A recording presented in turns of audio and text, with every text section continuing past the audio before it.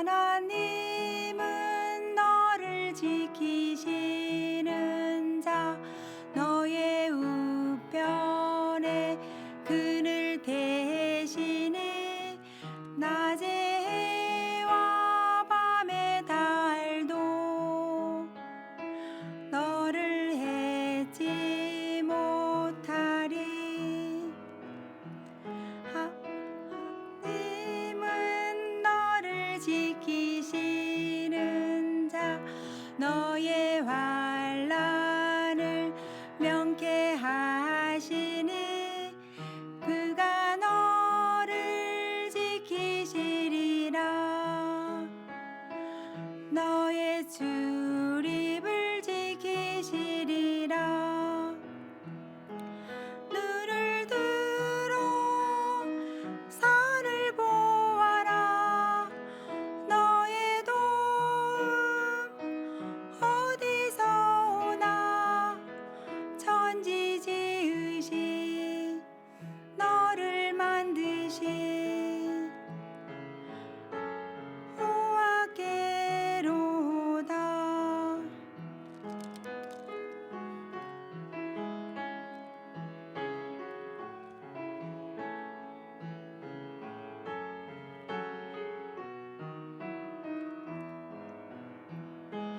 눈을 들어 산을 보아라. 너는 어디서 오나. 천지 지으신 너를 만드신 여호와께로다.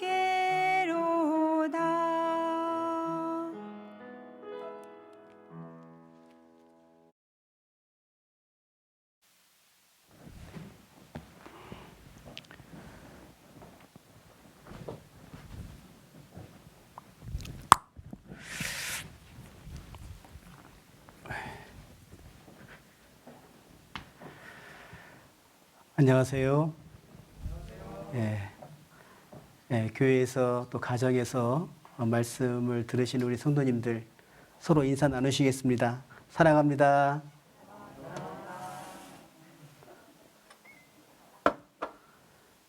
옆에 계시면 바꾸시고 싶으시면 지금 바꾸셔요. 괜찮으니까요. 다시 한번 인사하겠습니다. 함께 수고합시다. 기도해 주셔서 교회 건축이 지금 잘 진행되고 있습니다. 지금 유독 5월 달에 비가 좀 많이 오고 있는데요. 아무쪼록 좀 그 공정에 차질이 없기를 좀 간절히 바라고요. 특별히 건축을 위해서 더욱 간절한 마음으로 좀 힘을 모아 주시기를 이 자리를 비롯해서 좀 부탁을 드리고 기도하시겠습니다. 은혜와 사랑이 많으신 아버지 하나님, 감사합니다. 오늘 거룩한 주일 또 교회에서 가정에서 말씀을 들을 수 있도록 말씀 앞에 인도된 우리 귀중한 성도님들 하나님 더욱 교훈해 주시고 또 하나님의 교훈받은 그 귀한 말씀대로 또 우리가 힘있게 신앙의 삶을 살아갈 수 있도록 주님 역사해 주시기를 원합니다. 또 여주교회가 또 한마음으로 연합하여 교회당 건축이 시작되어 진행 중에 있습니다. 건축되는 모든 과정들 하나님 은혜 가운데 잘 진행될 수 있도록 도와주시고 아무런 사고 없이 안전하게 하나님 건축이 완료할 수 있도록 또 주님 도와주시기를 기도합니다. 이를 위해서 우리 여주교회 성도님들 또 기도하고 있습니다. 교회당이 건축되는 만큼 우리 각자의 신앙과 믿음이 더욱 지경이 넓혀질 수 있도록 또 주님 역사하여 주셔서 우리 여주교회가 더욱 크게 하나님 앞에 쓰임받고 교회가 성장할 수 있도록 주님 도와주시기를 기도합니다. 모든 말씀을 거룩하신 주님 능력의 손길 위에 부탁하며 고마우신 우리 주 예수님의 이름으로 기도드렸습니다. 아멘. 성경 레위기 9장입니다.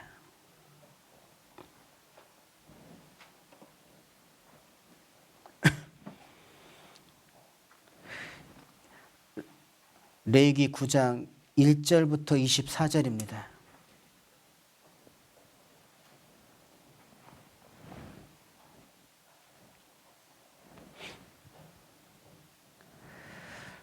레위기 9장 1절부터 24절.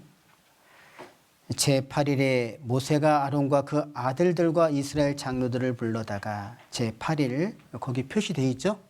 예, 8일. 2절. 아론에게 이르되 흠 없는 송아지를 속죄제를 위하여 취하고, 거기 표시하겠습니다. 흠 없는 송아지를 속죄제를 위하여 취하고, 흠 없는 순양을 번제를 위하여 취하여 여호와 앞에 드리고. 3절. 이스라엘 자손에게 고하여 이르기를 너희는 숫염소를 속죄제를 위하여 취하고, 거기 좀 표시한다면 숫염소를 속죄제를 위하여 취하고, 또 송아지와 어린 양의 일년되고 흠없는 것을 번제를 위하여 취하고. 7절. 그가 또 아론에게 이르되 너는 단에 나아가, 이 단이 번제단입니다. 번제단. 내 속죄제와, 거기 내 속죄제 표시하겠습니다. 내 번제를 드려서 너를 위하여 백성을 위하여 속하고, 또 백성의 예물을 드려서 그들을 위하여 속하되 무릇 여호와의 명대로 하라. 8절. 이에 아론이 단에 나아가, 여기서 단은 번제단입니다. 자기를 위한 속죄제, 송아지를 잡음에 자기를 위한 속죄제 표시하겠습니다. 아론의 아들들이 그 피를 아론에게 받들어 주니 아론이 손가락으로 그 피를 찍어 단뿔들에 바르고 그 삐는 단 밑에 쏟고, 그 속죄제 희생의 기름과 콩팥과 간 거풀을 단 위에 불사르니 여호와께서 모세에게 명하심과 같았고, 그 고기와 가죽은 짐 밖에서 불사르니라. 22절. 아론이 백성을 향하여 손을 들어 축복함으로 속죄제와, 거기 표시하겠습니다. 속죄제, 번제와 화목제를 피라고 내려오니라. 모세와 아론이 회막에 들어갔다가 나와서 백성에게 축복하며 여호와의 영광이 온 백성에게 나타나며, 불이 여호와 앞에서 나와 단 위에 번제물과 기름을 사른지라. 여기서 말하는 단은 번제단이죠. 온 백성이 이를 보고 소리 지르며 엎드렸더라. 예. 지금 레위기서 말씀을 계속해서 지금 우리가 배우고, 또 그 말씀 속에서 우리 신앙의 교훈을 지금 받고 있습니다. 오늘은 이 번제단 위에 속죄 제사를 드렸다고 나오잖아요. 그래서 오늘 번제단 위에 속죄 제사에 대해서 좀 함께 교훈을 받고자 합니다. 근데 여기 보면 그 레위기서 말씀에 보면 하나님 앞에 5 제사가 나오잖아요. 그래서 레위기 1장부터 7장까지는 번제 제사, 그리고 소제 제사, 화목제 제사, 속죄제 제사, 속건제 제사, 이 5 제사에 대한 말씀을 여러 군데 반복해서 말씀을 하고 있고요. 그리고 레위기 8장은 이제 제사장이 제사장으로서 여호와 앞에 일꾼으로 봉사하기 위해서 먼저 제사장 위임식이라는 하나님 앞에 제사를 드리는 게 있어요. 그래서 8장 내용이 제사장 위임식에 대한 내용의 말씀인데, 이 제사장 위임식을 할 때는 7일간 반복해서 이어지잖아요. 7일간 주야로. 그래서 이 제사장 위임식 제사를 드리는 동안은 그 성막에서 나올 수가 없어요. 그래 7주야 성막 안에서 하나님 앞에 제사를 드린다는 내용이 8장의 내용입니다. 그리고 이제 9장에서는 이제 제사장의 위임식을 통해서 제사장으로서 하나님 앞에 일꾼이 됐어요. 그래서 9장에서는 첫 제사를 드리는 내용이 9장의 내용입니다. 그래서 이 9장 내용에 보면 단 위에 이제 번제 제사를 드리고, 소제 제사를 드리고, 화목제 제사를 드리고, 속죄제 제사를 드리고, 속건제 제사를 드리는 내용이 나오는데, 우리가 쭉 배우고 오늘 속죄제 제사를 드리는 것을 교훈을 받는 시간입니다. 자, 그런데 이 9장 1절에 보면 제8일 이렇게 되어 있잖아요. 8일. 성경에 보면 나름대로 숫자에는 아주 중요한 의미를 담고 있어요. 그래서 1이라는 숫자는 독립된 숫자잖아요. 그래서 하나님의 숫자입니다. 하나님의 숫자. 이게 1 하나님의 숫자고요. 그리고 2라는 숫자는 이게 이제 하나에서 분리가 되는 거잖아요. 그 분리라고 하는 그런 의미를 담고 있습니다. 그리고 3이라는 숫자는 이게 이제 하나님의 숫자 중에서 특별히 충만하다. 그리고 연합하다. 왜? 성부, 성자, 성령 하나님이 연합하셨잖아요. 그래서 이 3이라는 숫자가 하나님의 숫자로서 충만함과 그리고 연합한다라는 그런 의미가 있고요. 그리고 4라는 숫자는 이 4라는 숫자는 세상 그리고 창조의 숫자입니다. 세상 창조의 숫자. 그리고 5라는 숫자는 하나님의 은혜를 담고 있죠. 그래서 하나님의 은혜. 그리고 6이라는 숫자는 어느 숫자인지 아시죠? 6. 사람 숫자입니다. 사람. 그래서 하나님이 창조할 때 여섯째 날 6일째 사람을 창조했잖아요. 그래서 6은 사람을 숫자라고 합니다. 그리고 7은 하나님과 사람 사이에 언약을 맺었잖아요. 하나님과 사람 사이에 언약을 맺었어요. 이게 아주 신성한 언약인데 그래서 이 7은 하나님의 숫자면서 사람과의 언약을 말하는 거예요. 예. 그리고 이제 여러 가지 숫자가 있는데 이제 12라는 숫자가 있어요. 12라는 숫자는 이스라엘 백성이 12지파지 않습니까? 그것처럼 하나님께서 선택한 백성의 숫자. 그게 10이라는 숫자예요. 자, 그러면 이 8이라는 숫자는 어떤 의미가 있을까요? 왜? 9장 1절에 보면 이제 제사장의 위임식이 끝나고 하나님 앞에 첫 제사를 드리는데 8일 이렇게 되어 있거든요.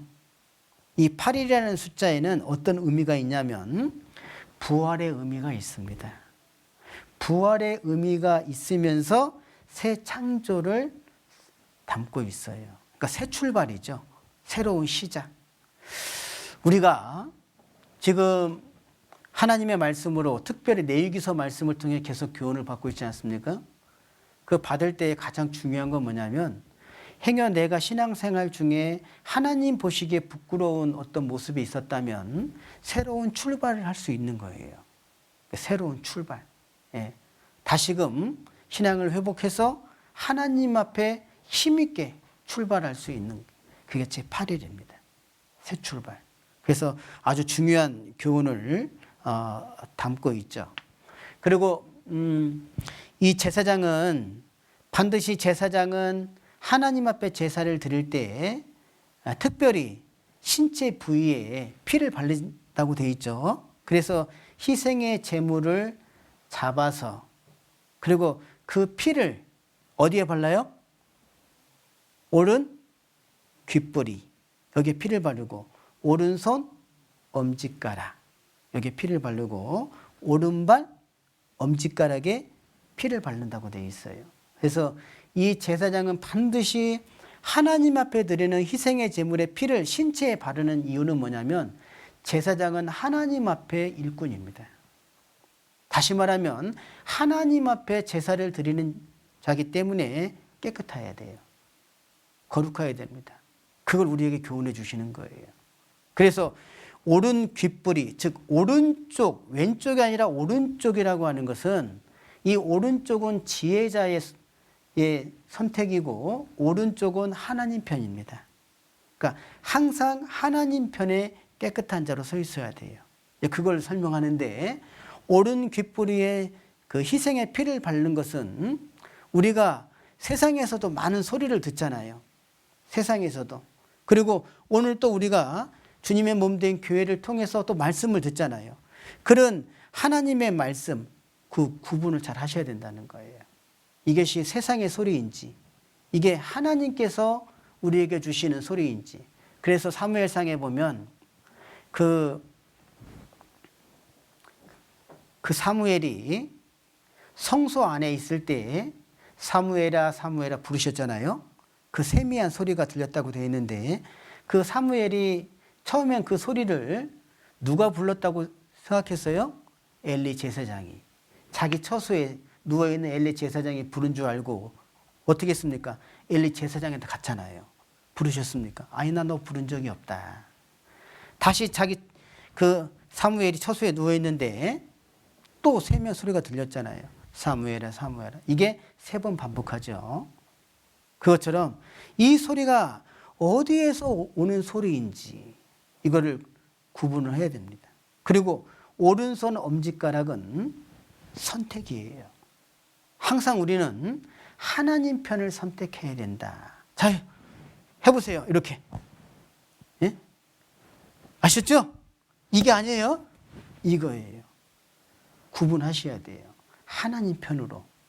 매일매일 삶 속에. 그리고 오른발 엄지가락에 피를 바른 이유는 항상 준비된 일꾼의 모습입니다. 왜냐하면 오른쪽 다리는 들었다고 되어 있잖아요. 든 우편 뒷다리거든요. 그것처럼 항상 구원받은 제사장은 준비되어 있어야 돼요. 주님의 부름에. 그런 일꾼의 자세를 설명하는 겁니다. 그래서 제사장의 신체에 이렇게 피를 발랐어요. 이건 우리에게 아주 중요한 교훈이 되죠. 자, 제가 성막을 좀 한번 그려보겠습니다. 이제는 성막이 좀 눈에 들어오시죠? 네.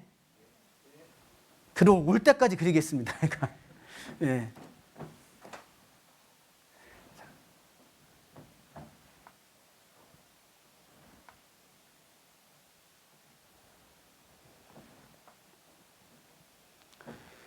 이쪽이 동쪽입니다. 서쪽이죠. 북쪽이고 남쪽이에요. 그래서 성막은 문이 하나죠. 문이 하나입니다. 문이 어느 쪽에 있어요? 동쪽에 있어요. 이게 문이에요. 성막에 들어가는 문은 하나입니다. 동쪽에 문이 있죠. 문을 통해 들어가면 뭐가 있습니까? 번제단이 있어요. 오늘 우리가 또 함께 교훈받을 번제단. 이 번제단이 있습니다. 그리고요, 번제단을 지나면 뭐가 있어요? 물두멍이 있죠. 물두멍. 그리고 물두멍을 지나면 뭐가 있습니까? 성소가 있어요. 성소. 성소는 성소와 지성소로 나눠집니다. 예. 그래서 성소에 들어가는 휘장이 있고요. 지성소에 들어가는 휘장이 있어요. 근데 성소 안에는 3가지가 있죠. 뭐가 있습니까? 성소에 딱 들어가면 지성소 휘장이 보이잖아요. 요 앞에 있는 게 향단입니다. 향단. 향단이 있고, 그리고 북쪽으로는 떡상이 있어요. 떡상. 그리고 남쪽으로는 등대가 있어요. 아셨죠? 예. 위치도 좀 기억해 두시면 좋아요. 나중에 배울 겁니다. 그리고 지성소에 들어가면은 법궤가 있죠. 언약궤. 언약궤가 있어요. 이게 성막입니다. 자, 성막인데, 그리고 북쪽 요 지점을 뜰이라고 그래요. 뜰. 거룩한 장소. 그렇게 좀 설명을 합니다. 자, 오늘은 이 번제단은 무엇을 말하냐? 이 번제단은 하나님 앞에 제사를 드림으로 말미암아 죄를 용서받는 걸 설명을 하는 거예요. 근데 이 번제단에서 하나님이 번제의 제사를 드렸고, 소제의 제사를 드렸고, 화목제 제사를 드렸죠. 그리고 속죄제 제사를 드렸어요. 오늘은 이 번제 제사에서 드리는 속죄제에 대해서 함께 좀 교훈을 받으려고 하는 겁니다. 근데 여기 아주 중요한, 너무나 중요한 교훈을 담고 있어요. 자, 성경에 보면 레위기 9장을 다시 보겠습니다. 24절. 함께 읽겠습니다. 불이 여호와 앞에 나와 단 위에 번제물과 기름을 사른지라 온 백성이 이를 보고 소리 지르며 엎드렸더라. 이렇게 되어 있죠. 그래서 하나님 앞에 제사를 드릴 때에 불이 여호와 앞에서 내려왔다고 되어 있잖아요. 그죠? 나왔다고 되어 있죠. 그래서 그 불이 꺼지면 안 돼요. 그래서 이 번제단은 불을 꺼트리면 안 됩니다. 예. 이게 무엇을 말하겠어요? 그러니까 속죄 제사는 계속 반복되는 거예요. 이따 자세히 설명을 드리겠습니다. 어떤 분은 속죄 제사는 좀 이렇게 나눠지는 것이 구원받기 전에 속죄 제사가 있고 구원받은 이후에 속죄 제사가 있어요. 그래서 구원받기 전에 속죄 제사라고 하는 것은 아담으로 말미암아 들어온 세상 죄 있지 않습니까? 이 세상 죄에 대한 속죄 제사. 이거는 한 번이면 돼요. 한 번. 한 번이면 돼요. 그러나 구원받은 이후에 이 속죄 제사는 반복입니다. 예. 그래서 이 속죄 제사는 이 번제단의 불이 꺼지면 돼요, 안 돼요? 안 돼요. 이건 우리의 신앙의 모습을 설명하는 거예요. 여러분, 신앙생활은 구원받았잖아요? 구원받은 날부터 이제 신앙생활이 시작되는 겁니다. 언제까지? 주님 앞에 들어갈 때까지. 응? 중간에 꺼지면 안 돼요. 뭐 기분 나쁘다고 뭐 불을 끄거나 내가 뭐 속이 상하다고 불을 끄면 안 돼요. 그 어떠한 환경과 모습이 있다 하더라도 번제단의 불은 꺼지면 안 됩니다.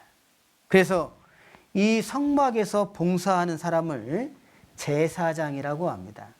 제사장이라고 하죠. 그리고 레위인이 있어요. 자, 그런데 오직 이 성소에 들어갈 수 있는 사람은 제사장입니다. 제사장.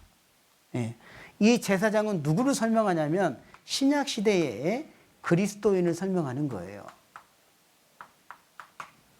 그래서 구원받은 그리스도인은 하나님 앞에 제사장입니다. 하나님 앞에 제사장으로 선택받은 일꾼이죠. 자, 보겠습니다. 레위기 6장을 보시겠습니다.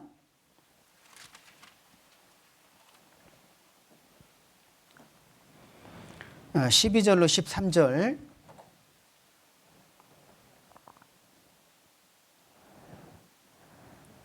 함께 읽겠습니다. 단 위에 불은 항상 피워 꺼지지 않게 할지니 제사장은 아침마다 번제물을 그 위에 버려놓고 화목제의 기름을 그 위에 살을 찌며 불은 끊이지 않고 단 위에 피어 꺼지지 않게 할지니라. 꼭 기억했으면 좋겠어요. 번제단 불은 꺼지면 안 돼요. 절대 꺼지면 안 됩니다. 예. 자, 그런데 그러면 이 번제단 위에 이것도 좀 적어볼까요? 이게 번제단입니다. 이 번제단 위에 속죄 제사를 드렸는데 왜 그러냐면 세상 모든 사람은 속죄 제사를 드려야 돼요. 자, 로마서, 자, 레위기 8장은 좀 이렇게 줄로 표시해 두시고 로마서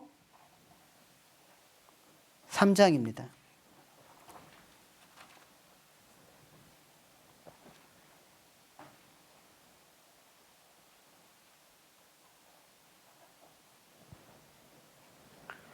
로마서 3장 9절.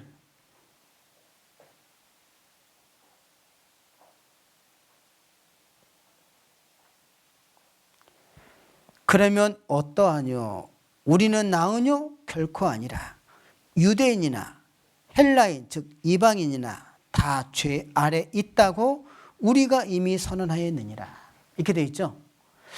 아담이 범죄함으로 말미암아 세상에 죄가 들어오지 않습니까? 그래서 아담의 모든 후손들은 다 죄인으로 태어났잖아요.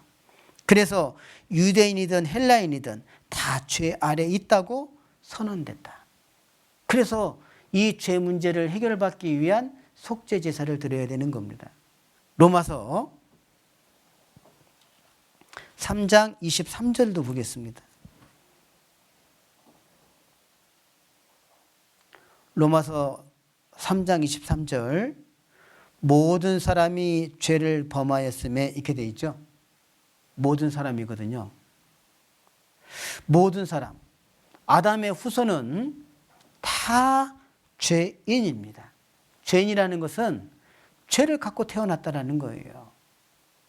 그래서 그 죄를 갖고 태어났기 때문에 살면서 범죄, 죄를 졌다는 거거든요. 그래서 반드시 무슨 제사를 드려야 돼요? 속죄 제사를 드려야 됩니다. 그래서 이 속죄 제사라는 게 뭐냐면 이 사람이 이 죄를 하나님 앞에 용서받는 제사, 이게 속죄 제사예요. 예. 그래서 세상 모든 사람은 반드시 속죄 제사를 드려야 됩니다. 자, 그런데 이 단에서 번제 제사도 드렸고 화제 제사도 소제 제사도 드렸고 화목제 제사도 드렸잖아요. 근데 그런 제사하고 이 속죄 제사가 약간의 차이점이 있어요. 다른 점이 있다는 겁니다.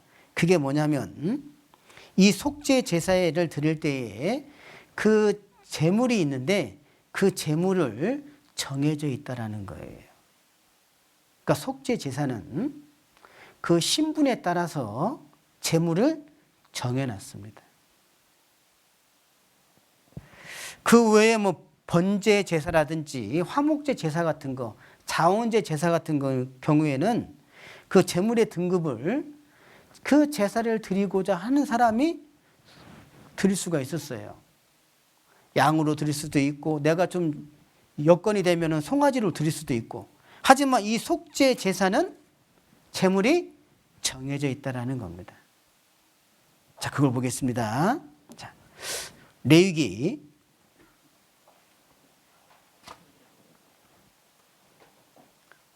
4장을 보시겠습니다.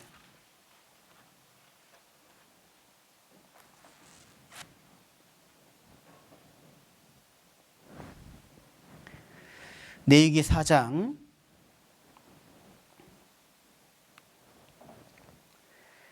3절에 보면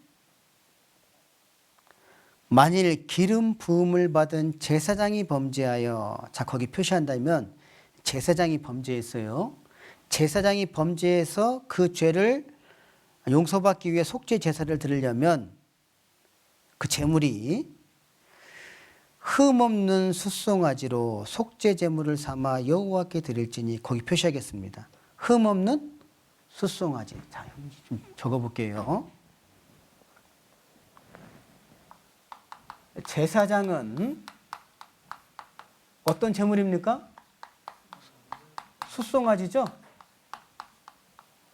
흠없는 숫송아지로 제사를 드려야 돼요. 자, 그리고요 13절에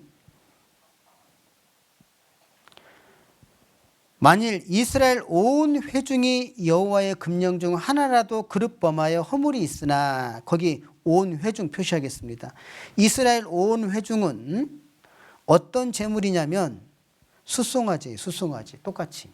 그래서 14절에 보면 그 범한 죄를 깨달으면 회중은 숫송아지를 속죄제로 드릴지니, 이렇게 되어 있죠.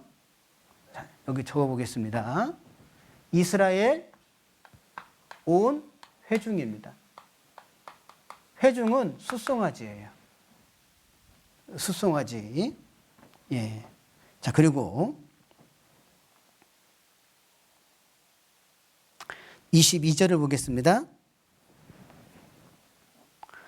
만일 족장이 그 하나님 여호와의 금령 중 하나라도 부지 중에 범하여 허물이 있었다가 그 범한 죄에 깨우침을 받거든 그는 흠 없는 순염소를 예물로 가져다가, 이렇게 돼 있죠. 자, 거기 표시하게 족장은 흠 없는 순염소예요. 족장.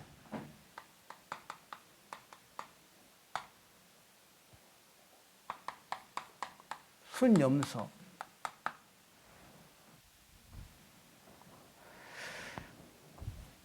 자, 그리고 27절.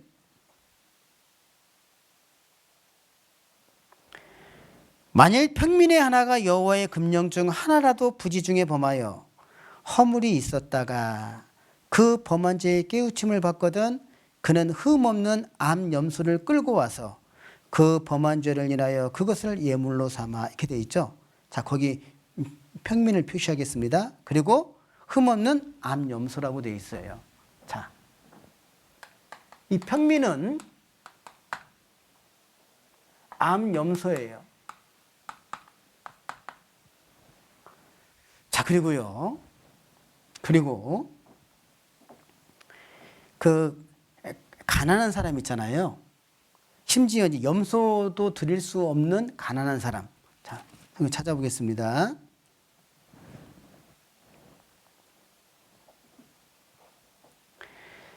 (7절) 5장 7절입니다. 레위기 5장 7절.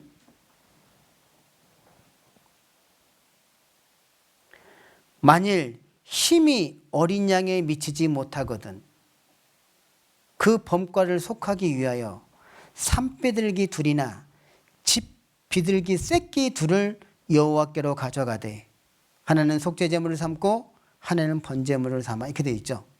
여러분, 가난한 자는 제물이 뭡니까? 산비둘기 둘이나 집비둘기 새끼예요. 새끼 둘. 자, 여기 적어보겠습니다. 가난한 자. 가난한 자는 비둘기죠. 자, 그런데 이거마저도 안 되는 극한 가난한 자 있잖아요. 응? 극한 가난한 자. 심지어 그 비둘기도 드릴 수 없는 가난한 자가 있어요. 그런 사람은 자, 여기 11절을 보겠습니다. 11절. 만일 힘이 산비둘기 둘이나 집비둘기 둘에도 미치지 못하거든 그 범과를 인하여 고운 가루 에바 10분의 1을 예물로 가져다가 속죄제물을 드리되 이렇게 돼 있죠. 그러니까 극빈자, 극히 가난한 자. 자, 보세요. 이 극빈자는 무엇을 드려요? 여기에 뭐라고 되어 있습니까? 고운 가루 에바 10분의 1이에요. 고운 가루 에바 10분의 1이죠. 자, 보세요. 1에바가 22리터입니다. 그러면 22리터에 10분의 1이잖아요. 그러면 2.2리터예요. 그러면 고운 가루 2.2리터 정도 되면은 그 조그만 빵 조각 하나 만들 수 있는 양이에요. 조그만 빵 조각. 그거라도 드려야 되는 거예요. 자, 그러니까 이 속죄 제사는 누구나 할 것 없이 다 드려야 되는 겁니다. 왜 그러냐면 아담 이후로 태어난 이 세상 모든 사람은 죄인이잖아요. 그렇기 때문에 유대인이든 헬라인이든 다 범죄 아래에 있다고 선언했지 않습니까? 모든 사람이 죄를 범하였음에 하나님의 영광에 이르지 못한다고 되어 있잖아요. 그러니까 속죄 제사는 반드시 다 드려야 되는 거예요. 속죄 제사는. 예. 이게 하나님의 명령입니다. 그래서 속죄 제사의 제물을 정해 주신 거예요. 자, 내가 평민에 속한지 가난한 자인지 극빈자인지 우리는 모르죠. 하지만 하나님은요, 아신다는 겁니다. 정말 저 사람이 극빈자인지 가난한 자인지 평민인지 그거 알죠. 우리는 모르잖아요. 우리는 저 형제 자매가 지금 정말 그 쌀통에 쌀이 떨어지는 우리는 모르잖아. 얘기 안 하면. 하지만 하나님은요, 아신다라는 거죠. 그래서 속죄 제사는 반드시 다 드려야 돼요. 이게 하나님의 명령입니다. 이게 왜 그럴까요? 속죄 제사를 통해서 하나님은 우리를 구원해 주기를 원하시는 거예요. 예. 자, 그러면 우리가 좀 여기서 좀 생각해 볼 수 있는 게 뭐냐면 하나님의 마음이 느껴지지 않습니까? 하나님의 마음이 제사장 이스라엘 온 회중, 족장, 평민, 가난한 자, 극히 가난한 자. 하나님은 이 극히 가난한 자까지 다 마음을 두고 계신 거잖아요. 응? 자, 따라하세요. 하나님은 모든 사람이 구원을 받으며 진리에 이르기를 원하시느니라. 그거를 보여주신 것이 예수님이지 않습니까? 예수님이 요한복음 13장에 보면 제자들의 발을 씻기는 말씀이 기록되어 있잖아요. 근데 거기에 보면 그 제자 중에 가룟 유다가 나오지 않습니까? 근데 예수님 뭐라고 말씀하셨냐면 가룟 유다가 나를 팔 것이라는 것을 여러 번 말씀하셨거든요. 그리고 그것 때문에 예수님이 어떤 고통을 겪는지를 예수님은 아셨잖아요. 그래서 겟세마네 동산에서 예수님이 정말 하나님 앞에 기도하는데 그 땀방울이 핏방울이 될 정도로. 그럼에도 불구하고 그 가룟 유다의 발까지 씻겨주신 예수님. 왜 씻겨주셨어요? 예수님은 가룟 유다가 회개를 돌이키길 원하시는 거죠. 우리가 이 속죄 제사의 그 제물을 정해주신 걸 보면 하나님의 마음이 느껴져요. 하나님은 모든 사람이 구원받기를 원하시는 겁니다. 한 사람도 이 속죄 제사에서 버려지기를 원치 않으신 거예요. 정말 네가 가난하냐? 그럼 비둘기. 산비둘기도 안 되냐? 그럼 집에서 키우는 비둘기. 아니면 그 새끼라도. 그것도 안 되냐? 고운 가루. 여러분, 아무리 가난해도 고운 가루는 있죠. 그죠? 그거라도 속죄 제사를 드리라는 거예요. 이게 하나님 마음입니다. 우리가 이런 말씀을 통해 교훈받을 수 있는 게 뭐냐면, 우리가 하나님은 세상 모든 사람이 속죄 제사를 통해서 구원받기를 원하신다면 우리 구원받은 우리 그리스도인들이 어떤 마음을 가져야 될까요? 우리가 전도를 하는 데 있어서 만약에 편견을 갖는다면 되겠습니까? 안 되겠습니까? 안 되겠죠. 행여 내 마음 가운데 어떤 영혼을 건지는 일에 있어서 담을 만약에 쌓고 있다면 이런 말씀을 통해 우리가 교훈을 받아야 돼요. 만약에 담이 있다면 그 담을 허셔야 됩니다.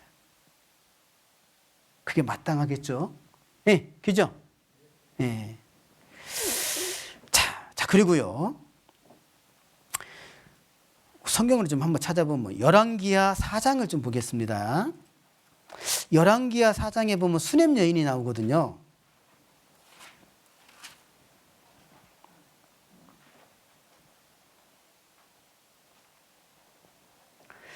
그 4장 8절부터 보면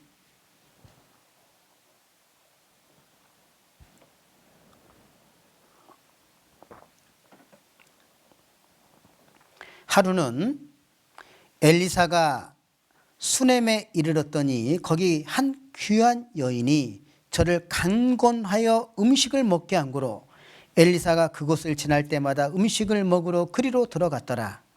여인이 그 남편에게 이르되 항상 우리에게로 지나는 이 사람은 하나님의 거룩한 사람인 줄 내가 아노니 우리가 저를 위하여 작은 방을 담 위에 짓고 침상과 책상과 의자와 촛대를 진설하사이다.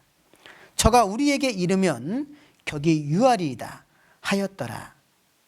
하루는 엘리사가 거기 이르러 그 방에 들어가서 누웠더니 이렇게 돼 있죠. 여러분 잘 생각해 보세요. 이 수넴에 살고 있는 이 여인, 여러분 엘리사가 왜 수넴이라는 지역을 반드시 통과하냐면 이 수넴이라는 지역을 통과해야지만이 갈멜산에 갈 수가 있어요. 그러니까 엘리사와 그 갈멜산 사이에 있는 그 여러 동네들 중에 수넴이라는 그 동네가 있는 겁니다. 이해되시죠? 그래서 수넴이라는 곳을 거쳐서 갈멜산에 가게 되어 있거든요. 자, 그런데 그 여인이 어떻게 했습니까? 그 엘리사를 위해서 어떻게 했어요? 자기 걸 희생을 했잖아요. 희생을 해가지고 심지어 그 남편에게도 뭐라고 이야기합니까? 방을 준비하고 침상과 책상과 의자와 촛대를 진설하라이다. 그러니까 엘리사가 가는 길에 항상 이 가정을 들렸던 것 같아요. 은혜를 입은 거죠. 그랬더니 엘리사 마음에 뭐가 있습니까? 자, 보면 여기 11절에 하루는 엘리사가 거기 이르러 그 방에 들어가서 누웠더니 자기 사원 게하시에게 이르되 이 수렘 여인을 불러오라. 곧 부름의 여인이 그 앞에 선지라. 엘리사가 자기 사원에게 이르되 너는 저에게 이르라. 내가 이같이 우리를 위하여 생각이 주밀하도다. 내가 너를 위하여 어떻게 하랴? 왕에게나 군대 장관에게 무슨 구할 것이 있느냐? 여인이 가로되 나는 내 백성 중에 거하나이다 아니라. 그러니까 이 엘리사가 너무 고맙잖아요. 응? 자기를 위해서, 물론 자기는 하나님의 일꾼입니다. 일꾼을 위해서 자기 걸 희생하고 그 생각이 주밀하도다. 그 여인의 마음이 느껴지지 않습니까? 세심한 배려죠. 했단 말이에요. 그거에 대해서 엘리사는 뭔가 좀 도움을 주고 싶은 거예요. 그랬더니 요구하는 게 아무것도 없어요. 내가 너를 위해서, 이 가정을 위해서 왕에게 구할까? 아니면 군대 장관에게 구할까? 무엇을 해줬으면 좋겠냐? 근데 구하는 게 아무것도 없는 거예요. 자, 그러니까 14절 엘리사가 가로되 그러면 저를 위하여 무엇을 하여야 할꼬?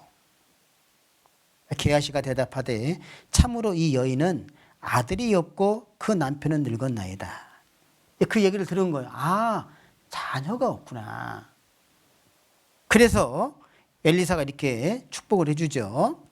15절 가로되 다시 부르라. 부르며 여인이 문에 섰느니라. 엘리사가 가로되 돌이 되면 내가 아들을 안으리라. 여인이 가로되 아니로소이다. 내 주 하나님의 사람이여 당신의 계집종을 속이지 마옵소서 하니라. 여인이 과연 잉타하여 돌이 돌아오매 엘리사의 말한 대로 아들을 낳았죠. 여러분 놀랍지 않습니까? 그 자식을 생산한 거예요. 얼마나 그 여인에게 기쁨이 되고 그 가정에 축복이 됐겠어요? 그런데 또 불행이 찾아온 겁니다. 그게 뭐냐면 그 아들이 죽어요. 자, 이거 보십시오. 18절 그 아이가 저기 자라매 하루는 곡식 빼는 자에게 나아가서 그 아비에게 이르렀더니 그 아비에게 이르러 내 머리야 하는지라. 그 아비가 사원에게 명하여 그 어미에게로 데려가라 하며 곧 어미에게로 데려갔더니 낮까지 어미의 무릎에 앉았다가 어떻게 됐어요? 죽었어요. 죽었단 말이에요. 자, 그랬더니 그 여인이 한 행동을 보십시오. 그 어미가 올라가서 아들을 하나님의 사람의 침상 위에 두고 문을 닫고 나와서 그 남편을 불러 이르되 청컨대 한 사원과 한 나귀를 내게 보내소서. 내가 하나님의 사람에게 달려갔다 돌아오리다. 해가지고요. 그 여인이 엘리사가 있는 갈멜산으로 가는 겁니다. 근데 수넴에서 갈멜산까지는 그 상당히 거리가 있어요. 가는 겁니다. 근데 그 갈멜산에서 그 수넴 여인이 오고 있는 걸 엘리사가 보거든요. 도대체 무슨 일 때문에 저렇게 급하게 오는 것일까? 자, 이거 보십시오. 자, 25절 드디어 갈멜산으로 가서 하나님의 사람에게로 나아가니라. 하나님의 사람이 멀리서 저를 보고 자기 사원 게하시에게 이르되 저기 수넴 여인이 있도다. 너는 달려가서 저를 맞아 이르기를 너는 평안하냐? 내 남편이 평안하냐? 아이가 평안하냐? 하라 하였더니 여인이 대답하되 평안하다 하고. 27절 산에 이르러 하나님의 사람에게 나아가서 그 발을 아는지라. 게하시가 가까이 와서 저를 물리치고자 하매 하나님의 사람이 가로되 가만두라. 그 중심에 뭐라고 되어 있어요? 괴로움이 있다마는 여호와께서 내게 숨기시고 이르지 아니하셨도다. 그랬더니 28절 여인이 그러는 겁니다. 여인이 가로되 내가 내 주께 아들을 구하더이까 나를 속이지 말라고 내가 말하지 아니하더이까. 그게 뭡니까? 아들이 죽은 거예요. 그래서 이 하나님의 사람 엘리사가 게하시를 보냅니다. 그 지팡이를 줘서 보내요. 너는 빨리 달려가서 그 아이 위에 이 지팡이를 올려놓으라고 하죠. 그리고 엘리사가 따라갑니다. 그리고 엘리사가 가서 어떻게 합니까? 자, 보십시오. 32절. 엘리사가 집에 들어가 보니 아이가 죽었는데 자기의 침상에 눕혔는지라. 들어가서 문을 닫으니 두 사람뿐이라. 엘리사가 여호와께 기도하고 아이 위에 올라 엎드려 자기 입을 그 입에 자기 눈을 그 눈에 자기 손에 그 손을 대고 그 몸에 엎드리니 아이의 살이 차차 따뜻하더라. 엘리사가 내려서 집안에서 한두 번 이리저리 다니고 다시 아이 위에 올라 엎드리니 아이가 7번 재채기 하고 눈을 뜨느니라. 엘리사가 게하시를 불러서 저 수넴 여인을 불러오라 하니 곧 부름에 여인이 들어가니 엘리사가 가로되 내 아들을 취하라. 37절 함께 읽겠습니다. 여인이 들어가서 엘리사의 발 앞에서 땅에 엎드려 절하고 아이를 안고 나아가니라. 자, 이게 우리에게 어떤 교훈을 주고 있죠? 저는 이 말씀을 좀 묵상하다가 이런 생각이 들었어요. 이 수넴 여인이 하나님 앞에 속죄 제사를 드린다라는 것을 좀 생각을 해보게 된 겁니다. 예. 왜 그러냐면 이 수넴 여인의 그 삶이 어때요? 그 엘리사 선지자가 하나님의 사람이라는 거 알았다고 되어 있지 않습니까? 그래서 그 하나님의 사람, 즉 그 하나님의 사람이 하는 일이 뭐예요? 하나님의 일을 하는 사람이잖아요. 그러니까 그 일에 동참하고자 어떻게 했습니까? 그가 조금이라도 편하게 할 수 있도록 준비를 했잖아요. 그리고 그 결과 아들을 주셨는데 그 아들이 어떤 이유인지는 모르겠지만 죽었어요. 죽은 아들을 다시 살려주는 이 내용이거든요. 이게 무엇을 말하는 겁니까? 속죄 제사가 그런 제사잖아요. 우리가 신앙생활 중에 하나님이 주신 것들이 있어요. 어떤 분은 제사장으로서, 아니면 족장으로서, 아니면 평민으로서, 아니면 가난한 자로서 정말 극한 가난 가운데 있을 수도 있습니다. 하지만 그럼에도 불구하고 속죄 제사를 드렸잖아요. 그 결과 어떻게 됐어요? 죽은 자가 살아나는 겁니다. 그래서 수넴 여인의 아들이 살아났어요. 자, 또 찾아보면 열왕기상을 좀 보겠습니다. 여기에 열왕기상 17장에 보면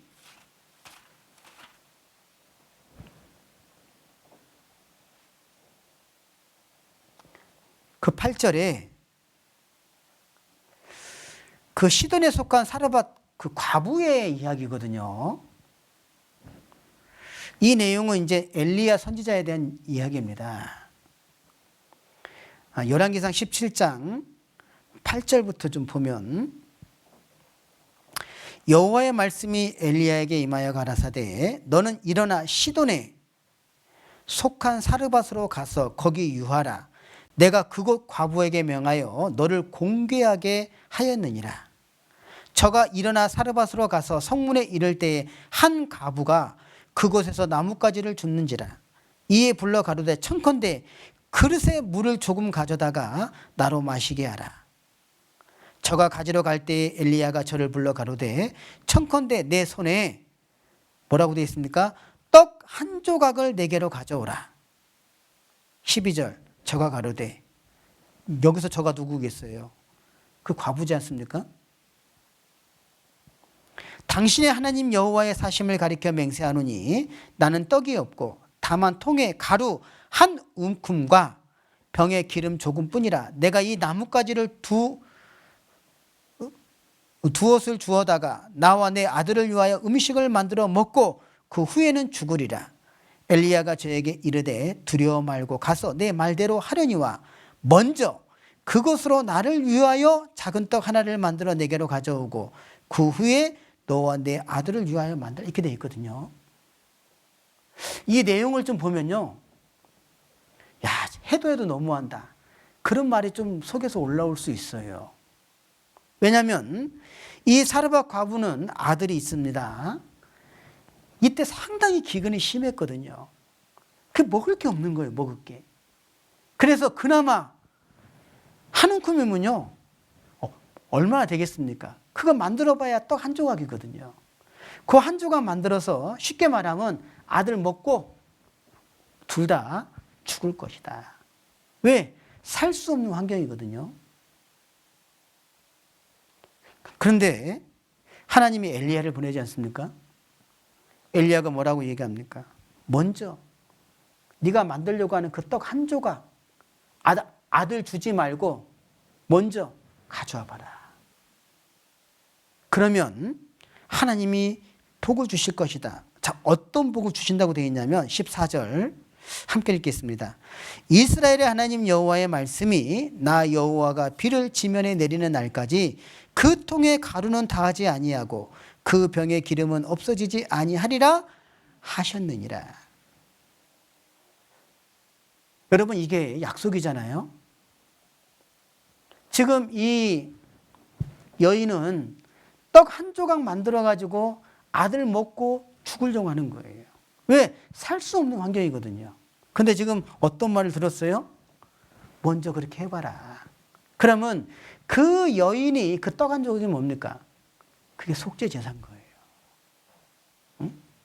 그래서 15절 저가 가서 엘리야의 말대로 하였더니 저와 엘리야와 식구가 여러 난을 먹었으나 여호와께서 엘리야로 하신 말씀같이 통에 가루가 다하지 아니하고 병의 기름이 없어지지 아니하느니라. 이렇게 되어 있죠. 여러분, 이런 내용을 보면 정말 그 하나님의 마음이 느껴지잖아요.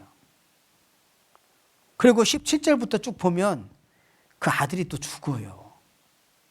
근데 또 아들을 살려주는 내용입니다. 여러분, 이 시돈의 이 사르밧 과부에게 어떻게 보면 떡 한 조각은 극빈자에 속하죠. 그렇죠? 근데 그 떡 한 조각을 속죄 제사로 드린 거예요.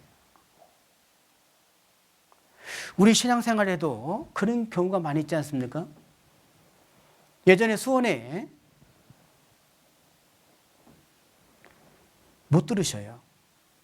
나이가 80이 넘으신 분인데 못 들으셔요. 귀가 이제 어두워서 못 들으십니다. 그리고 말을 못 해요. 그래가지고 그분을 상담을 하는데 그림 있잖아요. 그림을 가지고 가서 설명을 해주면서 수화로 했는데 그분이 구원을 받은 거예요. 자, 그러면 그분 교회를 나온 적 있습니까? 나온 적 없어요. 전도 집회 말씀을 일주일 동안 들으셨어요? 들은 적이 없어요. 그럼 성경을 읽어본 적 있습니까? 없어요. 그럼에도 불구하고 구원을 받아요. 그 이유가 뭡니까? 그 영혼 가운데 하나님에 대한 찾고자 하는 마음도 분명히 있었지만 그 영혼에게 말씀을 전해주고자 하는 속죄 제사를 드린 거예요. 우리의 신앙의 모습이 그래야 된다고 봅니다. 응? 시골에 가서 이렇게 상담을 이제 하면서 많이 느끼는 게 뭐냐면 도저히 교회 나올 수 없는 상황임에도 불구하고 단 30분 상담해서 구원받는 경우도 있어요. 정말 놀랍죠. 여러분, 예수님이 복음을 전하셨을 때 중풍병자를 4명의 친구가 4사람이 메고 왔다고 되어 있지 않습니까? 4사람이 메고 와서 예수님 앞에 내렸잖아요. 지붕을 뜯어가지고. 그때 예수님 뭐라고 말씀하십니까? 내 믿음이 너를 구원하였느니라. 그럼 그 믿음이 뭐예요? 그 중풍병자가 낫고자 하는 마음도 있었지만 결국은 그 4사람이 뭡니까? 속죄 제사를 드린 거예요. 이해되셔요? 이게 굉장히 중요합니다. 응? 우리의 삶 속에서 이 속죄 제사가 얼마나 중요한지 몰라요. 자, 누가복음 21장을 좀 볼까요?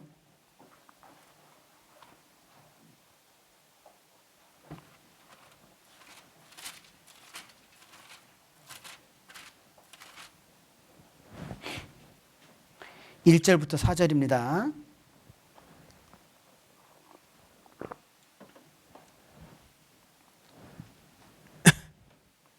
누가복음 21장 1절부터 4절. 예수께서 눈을 들어 부자들이 연복계에 헌금 넣는 것을 보시고 또 어떤 가난한 과부의 2렙돈 넣는 걸 보시고 가라사대 내가 참으로 너희에게 말하노니 이 가난한 과부가 모든 사람보다 많이 넣었도다. 저들은 그 풍족한 중에서 헌금을 넣었거니와 이 과부는 그 구차한 중에서 자기의 있는 바 생활비 전부를 넣었느니라 하시니라. 자, 이 말씀을 보면요, 이때 당시에 성전에서 성전세를 내야 되는데, 그리고 성전에 헌금을 넣을 때 헌금통이 굉장히 많았습니다. 예, 많았어요. 그래서 올라가는 계단 그 밑에 헌금통이 있어요. 그걸 지금 보고 있는 겁니다. 어떤 제사장 바리새인은, 어떤 부자는 헌금을 넣는데 소리가 크게 나는 거예요. 많이 넣었다는 얘기죠. 예. 근데 이 가난한 과부는 2렙돈은 우리 돈으로 말하면 800원 정도 되는 거예요. 800원. 이 2렙돈을 넣는 겁니다. 근데 뭐냐면 이거 넣으면 먹을 게 없는 거예요. 이 가난한 과부는. 그러면 이 2렙돈이 식물을 사서 먹을 수 있는 최소한의 돈이에요. 이게 생활비 전부예요. 이거 넣는 겁니다. 자, 보세요. 이제는 하나님이 살려주면 살고 하나님이 죽으라면 죽어야 되는 상황인 거예요. 그죠? 근데 자, 물어보겠습니다. 예수님 뭐라고 말씀하셨어요? 저들은 그 풍족한 중에 헌금을 넣었거니와 이 과부는 그 구차한 중에서 자기의 있는 바 생활비 전부를 넣었느니라. 자, 그 다음에는 이 과부가 어떻게 됐는지 나와 있지 않아요. 그러나 우리는 생각해 볼 수 있죠. 이 과부 살았을까요? 죽었을까요? 네? 살았어요? 죽었어요? 살았다라는 믿음이 생기죠. 왜 그렇습니까? 예수님이 그 믿음을 받아줬잖아요. 그러면 이 과부의 2렙돈은요, 속죄 제사인 거예요. 여러분, 우리의 삶 속에 이 속죄 제사는 너무나 중요합니다. 응? 형편이 돼서 나는 지금 형편이 안 되니까, 나 지금 형편이 안 되니까 다음에 하면 되지. 여러분, 그게요, 굉장한 교만입니다. 죄송합니다. 정말 교만이에요. 응? 왜? 다른 제사보다도 속죄 제사는 희생의 제물을 정해주셨다니까요. 응? 그리고 이 속죄 제사 방법을 보면, 자, 레위기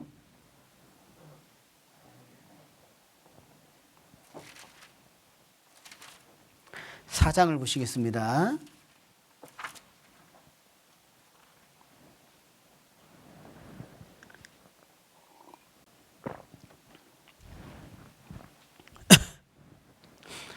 이 속죄 제사 방법을 보면 먼저 그 제물을 그 회막문 여호와 앞으로 가져오죠.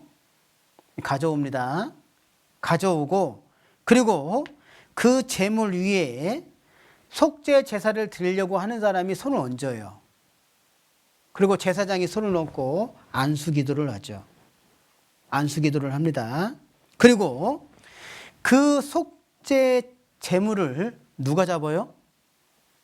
제사장이 잡습니까? 속죄 제사를 드리려고 하는 사람이 잡습니까?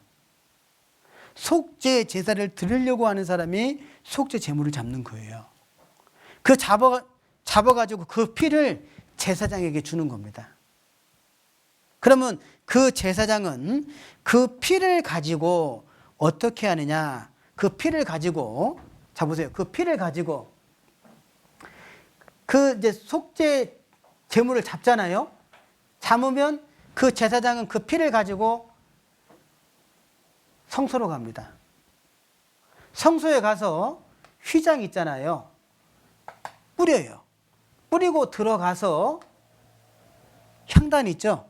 향단 뿔에 피를 바르고 다시 나와가지고 번제단에서 피를 밑에서 쏟는 거예요. 자, 그런데 여기에도 아주 중요한 교훈이 있습니다. 자, 성경 레위기 4장을 좀 보시겠어요? 4절 곧 그 숫송아지를 회막문 여호와 앞으로 끌어다가 그 숫송아지 머리에 안수하고 그것을 여호와 앞에서 잡을 것이요 기름 부음을 받은 제사장은 그 숫송아지의 피를 가지고 회막에 들어가서 그 제사장이 손가락에 그 피를 찍어 여호와 앞 곧 성소장 앞에 7번 뿌릴 것이요 이렇게 되어 있죠. 그 성소장 앞 휘장입니다. 휘장. 거기에 7번 뿌리고 이렇게 돼 있어요. 그리고 제사장은 또 그 피를 여호와 앞 곧 회막 안 향단 뿔에 바르고 이렇게 돼 있죠. 안에 들어가서 향단 뿔에 바르고 그 송아지 피 전부를 회막 앞 번제단 밑에 쏟을 것이요 이렇게 돼 있거든요. 순서가. 그죠?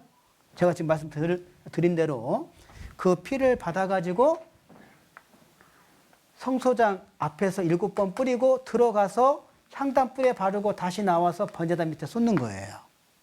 자, 그런데 이게 왜 중요하냐면 여기 아주 중요한 교훈이 있습니다. 중요한 교훈이 있어요. 왜 그 피를 제사장이 다시 보겠습니다. 6절에 그 제사장이 손가락에 그 피를 찍어 여호와 앞 곧 성소장 앞에 7번 뿌리라고 되어 있죠. 되어 있죠. 자, 이 성소장 앞이 휘장인데 이게 레위기 16장을 보겠습니다.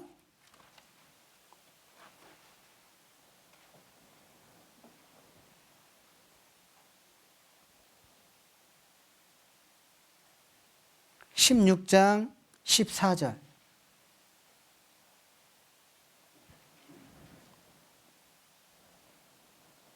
16장 14절 그는 또 숫송아지의 피를 취하여 손가락으로 속죄소 어디입니까? 동편에 뿌리고 또 손가락으로 그 피를 속죄소 앞에 7번 뿌릴 것이요 이렇게 되어 있죠. 그러면 동편이 어디예요? 이쪽이 동쪽이잖아요. 이쪽 편에다 뿌리는 겁니다. 이해되시죠? 예. 자, 그리고 에스겔 43장을 좀 보겠습니다.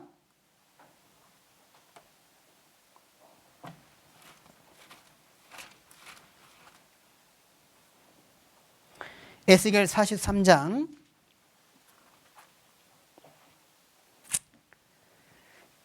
1절부터 4절을 보면 그 후에 그가 나를 데리고 문에 이르니 곧 동양한 문, 동쪽의 문입니다. 동문임 동문. 이스라엘 하나님의 영광이 동편에서부터 오는데 하나님의 음성이 맑은 물소리 같고 땅은 그 영광으로 인하여 빛나니 땅은 그 영광으로 인하여 빛나니 이렇게 되어 있죠. 3절 그 모양이 내가 본 이상 곧 전에 성읍을 멸하러 올 때에 보던 이상 같고 그 발 하숫가에서 보던 이상과 또 같기로 내가 곧 얼굴을 땅에 대고 엎드렸더니 4절 함께 읽겠습니다. 여호와의 영광이 동문으로 말미암아 전으로 들어오고 이렇게 되어 있거든요. 자, 보세요. 자, 예루살렘에 가면 성전이 있고 동쪽 문 이쪽에 감난산이 있어요. 나중에 지상 재림하시는 만왕의 왕이신 예수님이 감난산에 지상 재림해서 동문을 통해서 들어가시는 겁니다. 그래서 이 지성소 법궤가 안치된 그곳에 안다고 되어 있거든요. 자, 그러려면 이곳이 거룩해야 되죠. 그래서 땅에다가 피를 뿌리는 거예요. 땅이 속죄를 받는 겁니다. 자, 그리고 여기서 또 하나 중요한 게 뭐냐면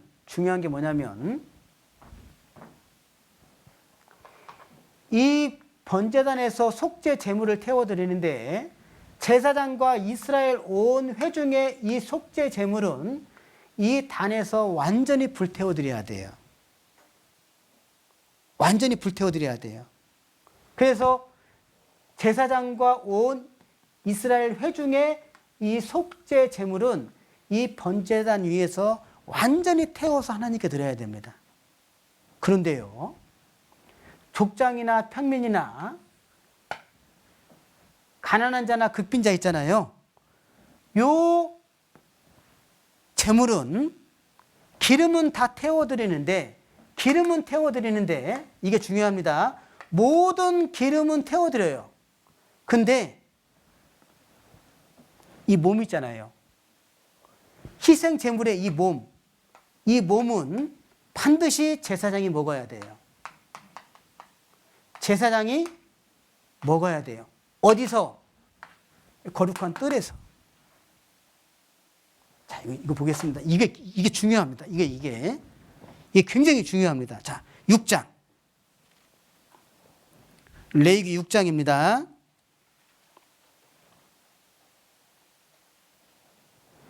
24절.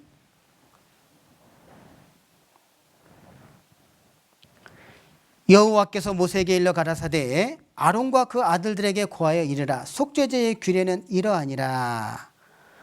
속죄제 희생은 지극히 거룩하니 여호와 번제 희생 잡는 곳에서 그 속죄제 희생을 잡을 것이요 라고 되어 있죠. 그리고 26절 함께 읽겠습니다.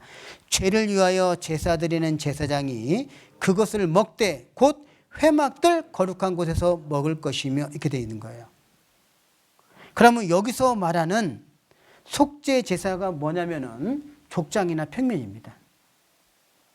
그러니까 족장이나 평민의 희생의 속죄 제사의 그 몸 있잖아요. 그 고기는 태워드리는 것이 아니라 먹어야 돼요. 이해되시죠? 자, 레위기 10장을 보겠습니다.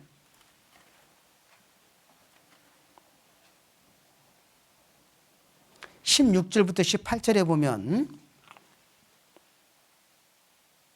모세가 속죄제에 드린 염소를 찾은 즉 이미 불살랐는지라. 자, 보세요. 염소죠? 염소니까 뭡니까? 족장이나 평민이잖아요. 그죠? 자, 여기 보면 염소를 찾은 즉 이미 불살랐는지라. 태워드린 겁니다. 그가 아론의 남은 아들 엘리아살과 이다멜에게 노하여 가로되, 이제 모세가 화를 내는 거예요. 왜? 그거 먹어야 되는데 그걸 태워드렸거든요. 응? 이 속죄제의 희생은 지극히 거룩하거늘 너희가 어찌하여 거룩한 곳에서 먹지 아니하였느냐? 책망했죠. 네. 그래서 보세요. 그러니까 제사장이나 이스라엘 온 회중의 속죄 제사를 드리기 위한 제물은 다 태워드렸지만 족장은 개인이잖아요. 개인. 평민도 개인이잖아요. 개인이 하나님 앞에 속죄 제사를 드리는 제물은 기름은 태워드리지만 고기는 먹어야 되는 겁니다. 이게 무엇을 말하는 건 줄 아세요? 자 보세요. 예수님이 십자가에서 무슨 죄가 용서가 됐어요? 네? 세상죄가 용서가 됐잖아요. 세상죄. 이 세상죄라고 하는 것은 세상 모든 사람의 죄를 말하는 겁니다. 네? 그러니까 이 세상죄가 예수님 십자가에서 용서가 됐어요. 하지만 세상죄가 용서가 됐다고 해서 개인의 죄가 용서된 건 아니죠. 네. 개인의 죄가 용서가 되려면 믿어야 되는 거예요. 이해돼요? 그러니까 세상죄는 용서가 됐지만 대상은 세상이지만 효력은 믿는 자가 되는 거잖아요. 이건 개인입니다. 그러니까 반드시 속죄 제사에서 개인이 속죄 제사를 드리는 고기를 왜 먹어야 되느냐? 이거는 예수님하고 연결이 돼야 되는 거예요. 하나님이 세상을 이처럼 사랑하사 독생자를 주셨으니 이는 저를 믿는 자마다 멸망치 않고 영생을 얻게 하려 하심이니라. 그러니까 대상은 세상 죄지만 믿지 아니하면 나하고 상관이 없는 거예요. 맞죠? 그래서 왜 개인이 속죄 제사를 드리는 고기를 왜 먹어야 되느냐? 반드시 예수님하고 연결이 돼야 되는 거예요. 이해되셔요? 이해 안 되는가? 이거 굉장히 중요한 겁니다. 구원받았다고 하면서 왜 삶의 변화가 나타나지 않을까요? 왜 구원받았다고 하면서 모여야 되는데 모임을 싫어하고 모이기를 꺼리고 교회 나오는 거를 거부하고 왜 그럴까요? 구원받았다고 하는데. 죄송합니다. 대상은 맞는데요. 개인이 연결이 안 되는 거예요. 응? 이게 속죄 제사에서 정말 중요합니다. 반드시 개인이 먹어야 돼. 개인이. 그 고기를 먹어야 되는 거예요. 응? 자. 로마서 1장입니다.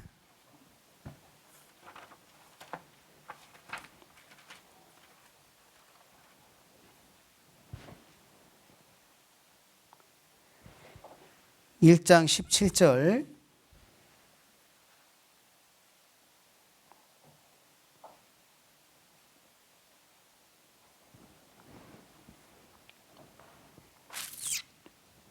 함께 읽겠습니다. 복음에는 하나님의 의가 나타나서 믿음으로 믿음에 이르게 하나니 기록된 바 의인은 믿음으로 말미암아 살리라 함과 같으니라. 말씀하시면서 16절 내가 복음을 부끄러워하지 아니하노니 이 복음은 그다음 뭐라고 되어 있습니까? 모든 믿는 자에게 구원을 주시는 하나님의 능력이 되면 이렇게 되어 있는 거예요. 믿어야 돼요. 믿어야 돼요. 그러니까 반드시 개인이 연결돼야 되는 겁니다. 응? 대상은 세상 죄잖아요. 보라, 세상 죄를 지고 가는 하나님의 어린 양이로다. 세상 죄입니다. 세상 죄 속에 우리가 포함돼요. 그러나 중요한 것은 믿어야 되는 거예요. 그 개인이 속죄 제사를 드리는 그 제물의 고기는 반드시 본인이 먹어야 된다 이 말이에요. 아셨죠? 그래서 그 속죄 제물을 고기를 본인이 먹으라고 이렇게 말씀하신 겁니다. 이게 정말 중요하거든요. 내가 구원을 받았다고 하는데 주님의 몸된 교회인 교회를 가기를 싫어한다. 형제자매가 모이는 그곳에 가기가 싫다. 오늘 구역 모임이 있는데 내가 가기가 싫어. 내가 회별 모임이 있는데 가기가 싫어. 여러분 그거는 뭔가 좀 생각을 해보셔야 돼요. 우리가 예수님과 연결시키는 게 뭡니까? 주님의 몸된 교회는 우리 여주교회는 예수님의 십자가의 피값으로 세워진 교회가 맞잖아요. 그렇다면 당연히 교회의 모임에 함께하는 것이 연결하는 거고 그리고 내가 속해 있는 구역에 구역 모임에 함께 참여하는 것이 연결하는 거고 내가 속해 있는 회별에 그 모임에 내가 참여하는 것이 연결하는 거잖아요. 그런데 그런 모임을 내가 가기를 싫어하고 거부하고 내 마음에서 불편함이 생긴다. 왜 그럴까요? 분명히 속죄 제사에서 모든 기름은 태워 드리되 고기는요 먹으라고 되어 있거든요. 우리가 이것을 반드시 좀 기억해야 됩니다. 자, 누가복음 8장을 좀 보면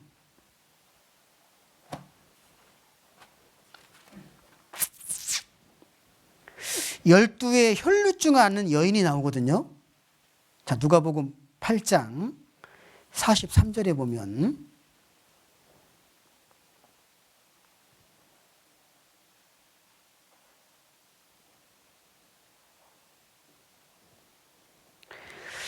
이에 12해를 혈루증으로 앓는 중에 아무에게도 고침을 받지 못하던 여자가 예수의 뒤로 와서 그 옷가에 손을 대니, 자, 거기 표시 한번 해보세요. 예수님 옷가에 손을 댔다는 거 연결한 거잖아요. 혈루증이 즉시 그쳤더라. 이렇게 돼 있거든요. 자, 그러니까 예수께서 가라사대 내게 손을 댄 자가 누구냐 하시니 다 아니라 할 때에 베드로가 가로되 주여 무리가 옹이하여 미나이다. 지금 어떤 상황입니까? 많은 사람과 함께 지금 예수님이 지금 가고 있잖아요. 한두 사람이 손을 댄 게 아니거든 지금. 응? 근데 46절 예수께서 가라사대 내게 손을 댄 자가 있도다. 이는 내게서 능력이 나간 줄 알미라 하신대. 반드시 손을 대는 게 중요하거든요. 여자가 스스로 숨기지 못할 줄 알고 떨며 나와 엎드려 그 손 댄 연고와 곧 나은 것을 모든 사람 앞에서 구하니 예수께서 이르시되 따라 내 믿음이 너를 구원하였으니 평안히 가라 하시니라. 지금 예수님 몸에 손댄 사람이 얼마나 많습니까? 하지만 진심으로 예수님의 옷자락에 손을 대도 나는 고침을 받겠다는 믿음이 있잖아요. 그러니까 개인이 연결하는 게 중요하다 이 말이에요. 응? 자, 근데 마가복음에는 마가복음 5장을 보겠습니다.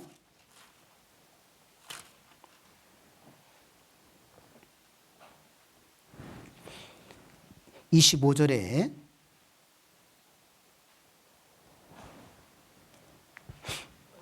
열두 해를 혈루증으로 앓는 한 여자가 있어 26절 많은 의원에게 많은 괴로움을 받았고 있던 것도 다 허비하였으니 아무 효험도 없고 도리어 더 중하여던 차에 이렇게 돼 있죠. 지금 이 12해니까 12년입니다. 12년을 혈루증을 앓고 있으니 얼마나 참 괴로웠겠어요. 이 병을 낫고자 얼마나 많이 수고했겠습니다. 많은 돈을 들여서 다 허비했다고 되어 있죠. 여러분 왜 이 혈루증이 하냐면 레위기서 15장에 보면요. 이 혈루증은 부정환자라고 되어 있거든요. 그래서 이 병을 고침받고자 하는 간절함이 있는 거예요. 응? 자, 그런데 27절에 예수의 소문을 들은 겁니다. 쉽게 말하면 예수님에 대한 말씀을 들은 거예요. 예수님이 누군지, 예수님이 어떤 분인지. 그러니까 무리 가운데 섞여 뒤로 와서 그의 옷에 손을 대니 이는 뭐라고 되어 있어요? 내가 그의 옷에만 손을 대어도 구원을 얻으리라 함이니라. 이게 개인의 속죄제사인 거예요. 응? 많은 무리가 있지만 내가 예수님 옷에만 손을 대어도 나는 구원받을 수 있다. 믿음이 있는 겁니다. 그걸 얼마나 귀하게 보셨습니까? 그래서 어떻게 됐어요?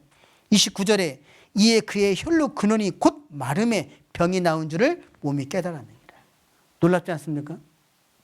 이거에 대해서 그 마태복음에는 뭐라고 되어 있냐면요. 마태복음 9장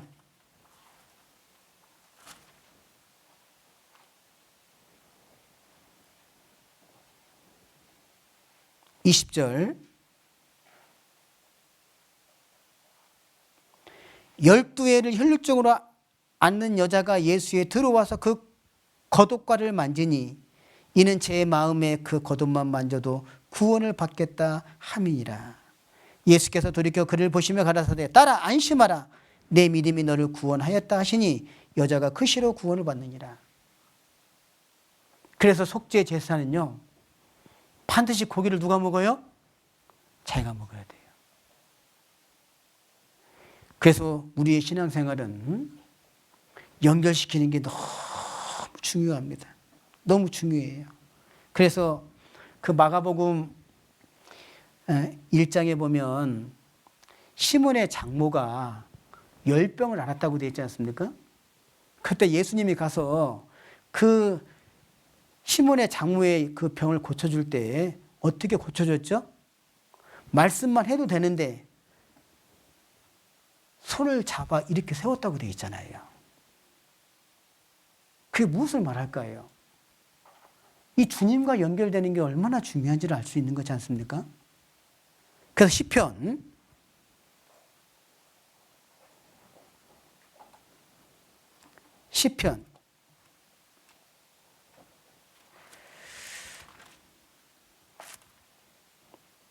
2편에 11절 12절입니다. 시편 2편 11절 12절. 여호와를 경외함으로 섬기며 떨며 즐거워할지어다. 그리고요 12절에 뭐라고 되어 있습니까? 누구에게 입맞추라고요? 그 아들에게. 하나님도 말씀하시는 거. 그 아들에게 입맞춰야 된다. 입맞추라는 겁니다. 우리의 신앙생활이 왜 중요합니까? 근데 우리의 신앙생활 중에 만약에요 그 아들에게 입맞추는 것이 아니라 마귀에게 입맞추면 어떻게 될까요? 우상에게 입을 맞추면 어떻게 되겠어요? 성경 잠언 7장입니다.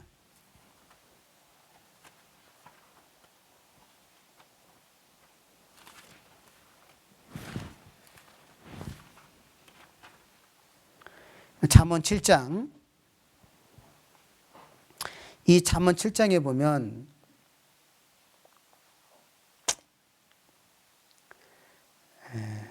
13절에 그 계집이 누구냐면요. 그 계집이 10절에 보면 간교한 계집이라고 되어 있거든요. 간교한 계집. 어떻게 보면 이게 사단 마귀를 뜻합니다. 근데 13절에 그 계집이 그를 붙잡고 입을 맞추며 부끄러움을 모르는 얼굴로 말하되. 여러분 마귀에게 입 맞출 수 있다는 거 아셔요? 우리의 신앙생활 중에. 호세아 성경도 보겠습니다. 호세아.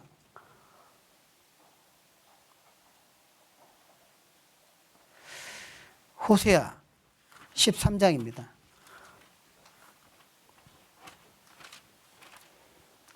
호세아 13장 1절부터 보면요. 여기에는 우상에게 입 맞추는 게 나오거든요. 참 너무나 안타깝죠. 호세아 13장 1절 2절.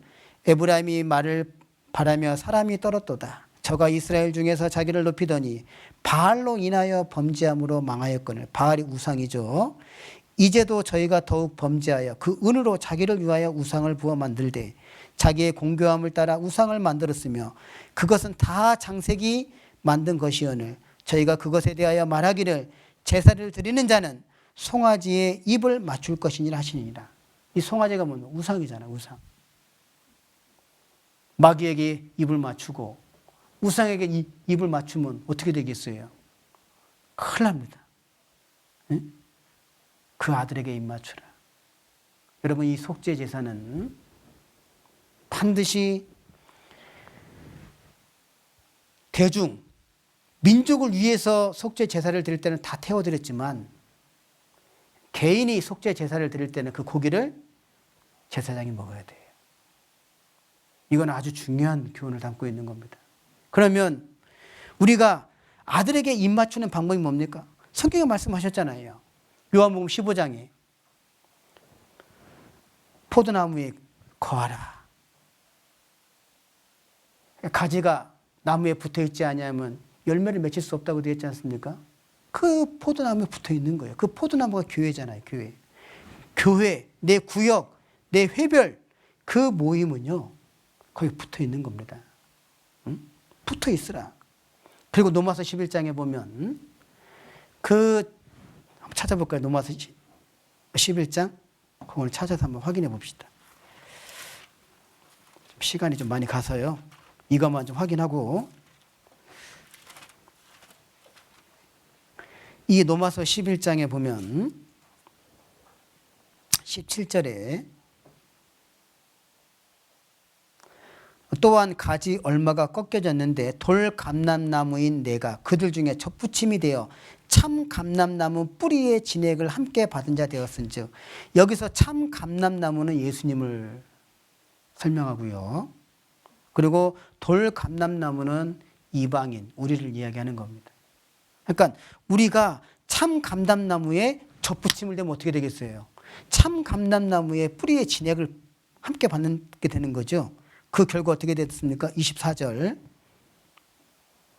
내가 원 돌감나무에서 찍힘을 받고 본성을 거스려 좋은 감람나무에 접붙임을 얻었은즉. 연결이죠. 자, 저 좀 보세요. 우리가 어떻게든지 간에 이 속죄 제사를 통해서 반드시 교훈받아야 될 게 뭐냐면 다음 시간에는 구원 받기 전에 속죄 제사와 구원 받은 이후에 속죄 제사에 대해서 좀 자세히 설명을 드릴 건데요. 꼭 기억하셔야 돼요. 이 속죄 제사 대상은 세상입니다. 하지만 개인은요, 반드시 연결시켜야 돼요. 아셨죠? 예, 그게 우리 신앙생활에 너무나 중요한 거예요. 기도하시겠습니다.